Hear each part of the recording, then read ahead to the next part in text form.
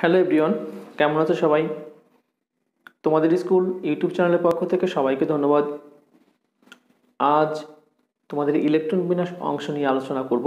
তা ইলেকট্রন বিন্যাস শুরু করার আগে যে বেসিক অংশটা আমাদের ছিল, আমি বিগত ক্লাসে অর্থাৎ আমার লেকচার নাম্বার 3-তে সেটা আলোচনা করেছি। যদি তোমাদের সেই অংশটা দেখা না হয়ে থাকে তাহলে অবশ্যই সেটা শেষ করবা, কারণ সেটার উপরেই আমাদের ইলেকট্রন বিন্যাসে আজকের অংশটা পুরোপুরি ডিপেন্ড করবে। তা সুপ্রিয় শিক্ষার্থীবৃন্দ, আমরা শুরু করব ইলেকট্রন বিন্যাস। তো তোমরা জানো যে রসায়নের সব থেকে গুরুত্বপূর্ণ অংশ হচ্ছে ইলেকট্রন বিন্যাস, কারণ ইলেকট্রন বিন্যাসের সাহায্যে আমরা শিখতে পারি ওই মৌলটার যোজনী কত, সে কোন টাইপের বন্ধন গঠন করবে, তার যোদ্ধাতা ইলেকট্রন কত, কয়টি মুক্তজোড় ইলেকট্রন আছে, সে পরিবর্তনশীল যোজনী প্রদর্শন করবে কিনা, পর্যায় সারণীতে তার অবস্থান নির্ণয়টা কেমন হবে। তাহলে এই অনেকগুলো পার্ট আমরা ইলেকট্রন বিন্যাসের উপর থেকেই বুঝতে পারি।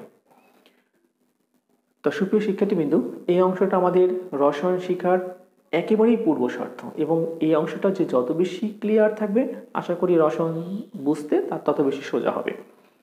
তা আশা করি যদি তোমরা বেসিক অংশটা ক্লিয়ার থাকো তা রসায়ন তোমাদের কাছে একেবারেই সিম্পল মনে হবে। রসায়ন কোথাও কোনো অংশে সমস্যা হবে না। তোমরা জানো যে আমাদের 9-10 অংশে প্রায় 100% অর্থাৎ 99 থেকে 100 পর্যন্ত নাম্বার ওঠে।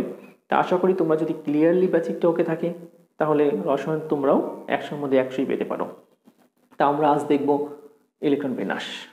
তা ইলেকট্রন বিন্যাস জানার আগে আমরা একটু তুলে রাখি যে আমরা জানি যে এস নিতে পারে 2টা ইলেকট্রন, পি নিতে পারে 6টি ইলেকট্রন, ডি নিতে পারে 10টি এবং এফ নিতে পারে 14টি ইলেকট্রন। এস নিতে পারে 2টি ইলেকট্রন, পি নিতে পারে 6টি ইলেকট্রন, ডি নিতে পারে 10টি এবং এফ 14টি ইলেকট্রন নিতে পারে। তাহলে এই এসপিডিএফ কয়টি করে ইলেকট্রন নিতে পারে, অর্থাৎ তাদেরকে ফিল আপ করে আমরা সামনের দিকে ইলেকট্রন বিন্যাস পূরণ করব। এবং ইলেকট্রন বিন্যাসের উপরে মাঝে কিছু ব্যতিক্রম আছে, কেন হয় আমি বিগত লেকচারে সেটা তোমাদের খুব ক্লিয়ারলি দেখিয়েছি। তা আশা করি সেই অংশ থেকে তোমরা সেটা ক্লিয়ার আছো। আমি তারপরও এখানেও একটু যখন ওই পার্টগুলো ব্যতিক্রম পার্টটা আসবে আমি তখন তোমাদের একটু হিন্টস আলোচনা করে দেব। আমরা ফার্স্ট শুরু করব হাইড্রোজেন দিয়ে। হাইড্রোজেন 1, তাহলে প্রথম ইলেকট্রন পাই কে? S orbital. তাহলে 1s1, এর উপরেটা হচ্ছে আমাদের ইলেকট্রন 1s1। তাহলে এস কয়টা ইলেকট্রন নিয়েছে? একটি ইলেকট্রন নিয়েছে, কারণ আমাদের হাতেই ছিল ইলেকট্রন কয়টা? একটা। হিলিয়াম যদি 2 হয় তাহলে কত হবে? 1s2। এখানে শেষ কক্ষপথ ওর এইটা, ওর শেষ কক্ষপথ এটা। হাইড্রোজেন 1, হিলিয়াম 2, এরপরে আমরা করব লিথিয়াম 3। তাহলে 1s2, এস নিতে পারে কয়টা? 2টা, কিন্তু আমাদের ইলেকট্রন কয়টা? 3টা। তাহলে পরবর্তী ধাপে চলে যেতে হবে। তাহলে প্রত্যেকটা অরবিটাল শুরু করতে হয় এস দিয়ে। শুরু করতে হয় কত দিয়ে? এস দিয়ে। অর্থাৎ ফার্স্ট হবে কত? এস, তারপরেরটা এসপি, তারপরেরটা এসপিডি, তারপরেরটা SPDF.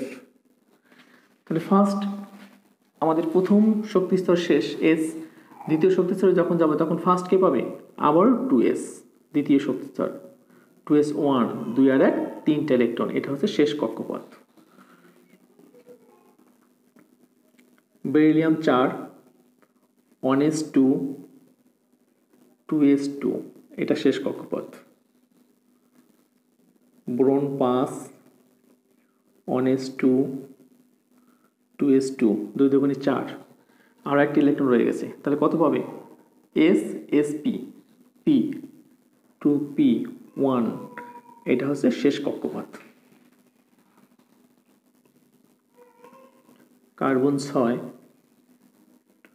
1s2, 2s2, 2p2।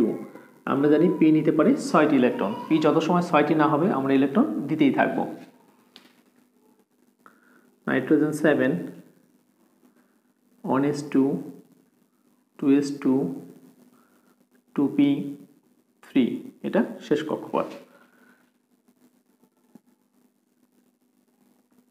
1s2, 2s2, 2p4, এটা শেষ কক্ষপথ অর্থাৎ 2।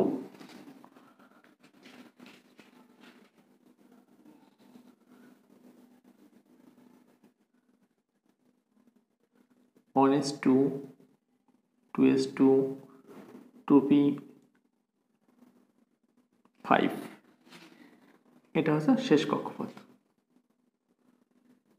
নিয়ন 10 1s2 2s2 2p5 তাহলে কয়টা হয়েছে? 5 আর 4 9টা, আর একটা আছে সেটা কত? 3s1 এটা শেষ কক্ষপথ। Sodium 11 1s2 2s2 2p6 3s2 এটা শেষ কক্ষপথ।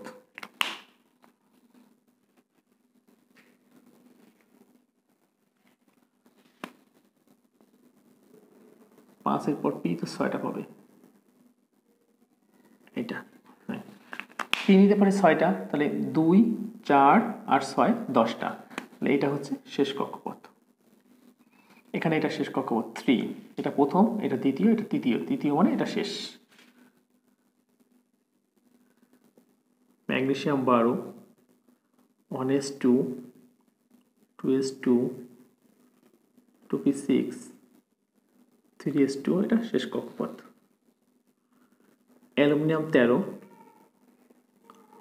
1s2 2s2 2p6 3s2। এবার দেখো 10 আর 2 12টা, তাহলে তৃতীয় কক্ষপথে কে আছে? তারপরে এস এস এসপি এসপিডি, তাহলে এস পেয়েছে, এরপর পি চলে আসবে 3p1 এটা শেষ কক্ষপথ। Silicon 14 1s2 2s2 2p6 3s2 3p2 এইটুকু শেষ কক্ষপথ।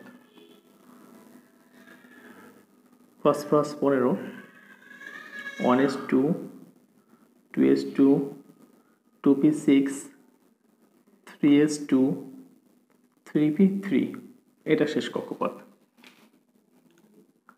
Sulphur 16 1s2 2s2 2p6 3s2 3p4 এটা শেষ কক্ষপথ। 16 10 আর 6 16।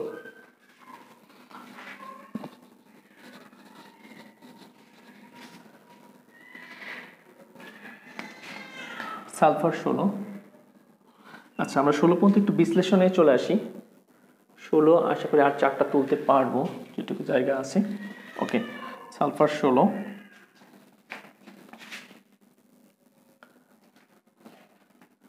প্রথম থেকে একটু চলে আসে। এটা এই উপরটা নির্ণয় করবে, এটা নির্ণয় করবে পর্যায়, এটা পর্যায়, আর এটা নির্ণয় করবে গ্রুপ।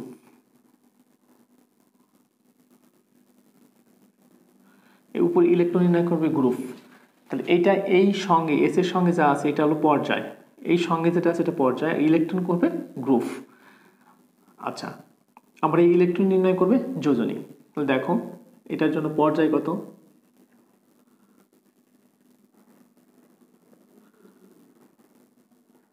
পর্যায় 1,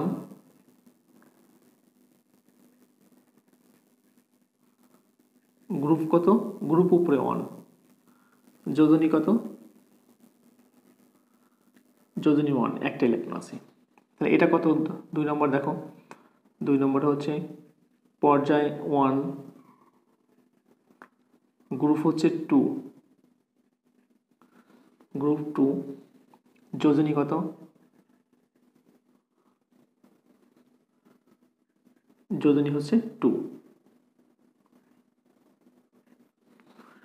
এখন একটা কথা আছে, এটা একটু ব্যতিক্রম আছে, আমি একটু তুলে রাখলাম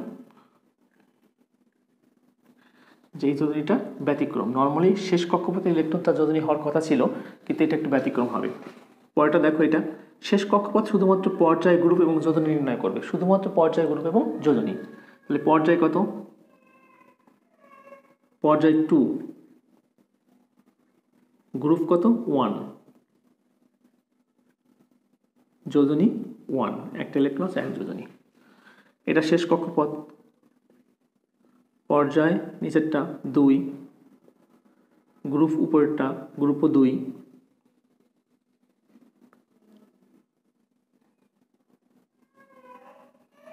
যোজনী হচ্ছে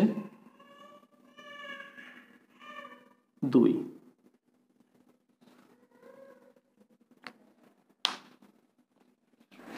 বোরনের শেষ কক্ষপথে 3টা ইলেকট্রন আছে, 3টা। তাহলে এই 2 হচ্ছে, এখন এখানে 2 আছে, তাহলে 2 এবং 2 মানে দ্বিতীয় কক্ষপথ। পর্যায় কত? পর্যায় 2। আর গ্রুপ হচ্ছে 2 আর 1 কত? 3। 2 আর 1 3। যখনই গ্রুপ 1 এবং 2 পার হয়ে 3-এ চলে আসবে, 3টি ইলেকট্রন চলে আসবে, তখনই তার সঙ্গে দর যোগ করতে হবে। অর্থাৎ যখনই পি অরবিটাল চলে আসবে তখনই তার সঙ্গে দর যোগ করতে হবে। তাহলে গ্রুপ হবে কত? দর যোগ 3 মানে কত? 13। এবং যোজনী হবে শেষ কক্ষপথে ইলেকট্রন সংখ্যা 2 আর 1 কত? 3। পর্যায় 2, এটা 2 আছে, এটা 2 আছে, এই জন্য 2। গ্রুপ হচ্ছে 2 আর 1 3, কিন্তু যখনই 3 হয়ে যাবে, যখনই 3 হবে তার সঙ্গে দর যোগ করতে হবে, মানে 3 থেকে বাকিগুলোর সঙ্গে দর যোগ করতে হবে। শেষ কক্ষপথে ইলেকট্রন সংখ্যা যখন 3, 4, 5, 6, 7, 8 এরকম থাকবে, 8 পর্যন্ত আসবে, তত সময় 10 যোগ করতে হবে। 3, 4, 5, 6, 7, 8 পর্যন্ত। যখনই আমার 1, 2 হবে তখনই আর দর যোগ করা লাগবে না। আচ্ছা, তাহলে এটা আছে 2 আর 1 3, তাহলে দর যোগ, তাহলে কত? 3 যোগ 10 কত হয়? 13। আর শেষ কক্ষপথে ইলেকট্রন সংখ্যাই হবে যোজনী। একটা ছিল 1 যোজনী, 2টা ছিল 2 যোজনী, একটা ছিল 1 যোজনী, 2টা ছিল 2 যোজনী, এখানে 3টা হয়েছে 3 যোজনী। আচ্ছা, পরেরটা চলে আসি। পর্যায় 2 2 সর্বোচ্চ আছে, তাহলে 2।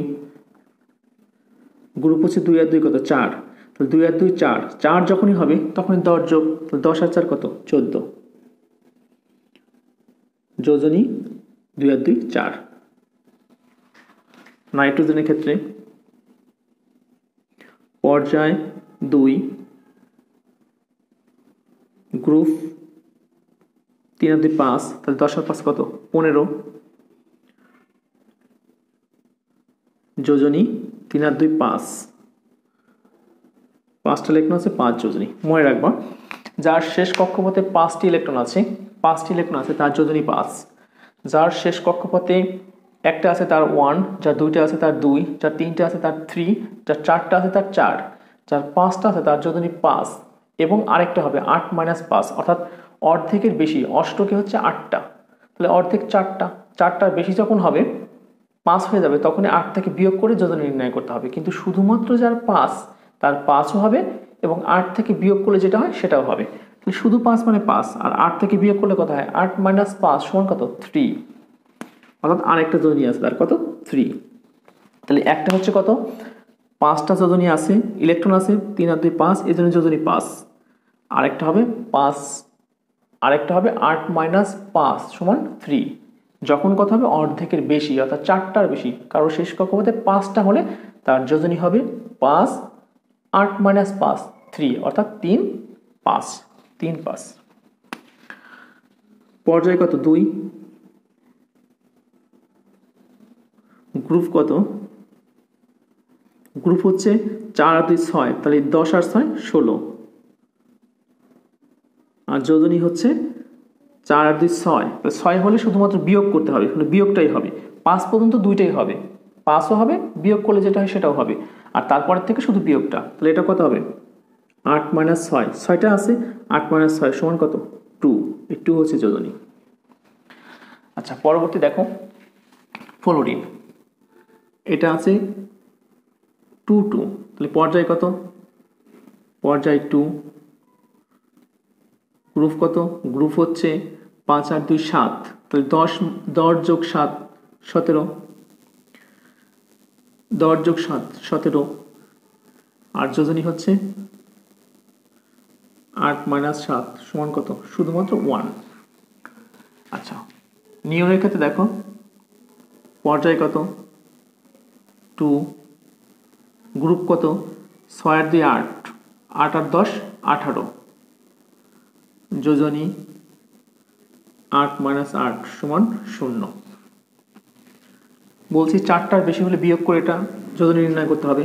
সোডিয়াম শেষ কক্ষপথে কয়টা একটি ইলেকট্রন আছে তাহলে পর্যায় কত এই 3 গ্রুপ কত গ্রুপ 1 আগেই বলছিলাম পি অরবিটাল থাকলে দর যোগ করতে হবে পি না থাকলে দর যোগ করতে হবে না আচ্ছা তাহলে কত হবে পর্যায় 3 গ্রুপ কত 1 পর্যায় 3 গ্রুপ কত 1 যোজনী 1 কারণ শেষ কক্ষপথে যে কটা ইলেকট্রন থাকে সেই কটা হয় যোজনী কত 1 এটা পর্যায় 3 গ্রুপ কত পর্যায় 3 গ্রুপ দুটো ইলেকট্রন আছে কত 2 যোজনী 2 পর্যায় গ্রুপ যোজনী তোমরা একটু চিন্তা করে দেখো তো এটা পর্যায় গ্রুপ এবং যোজনী কত হতে পারে একটু চিন্তা করে দেখো শেষ কক্ষপথে 3টা ইলেকট্রন আছে তার শেষ কক্ষপথে 3টা ইলেকট্রন থাকলে আমাদের গ্রুপ এবং যোজনী কি করে নির্ণয় করতে হবে শেষ কক্ষপথের ইলেকট্রন সংখ্যা 3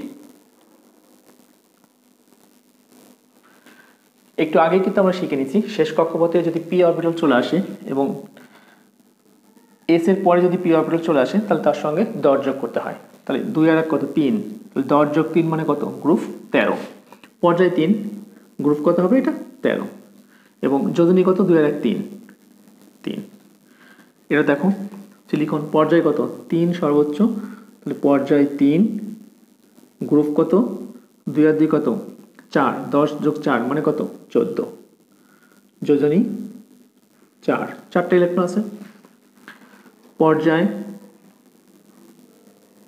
হলো 3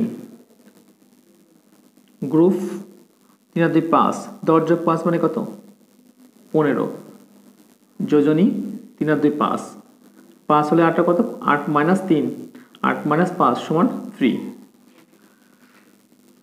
সালফার পর্যায় 3 গ্রুপ 4 আর 2 কত 6 10 যোগ 6 কত 16 যোজনী ইলেকট্রন আছে 4 আর 2 6টা 6টা হলো কত 6 মাইনাস 8 মাইনাস 6 সমান 2 হচ্ছে যোজনী এটা হলো সালফার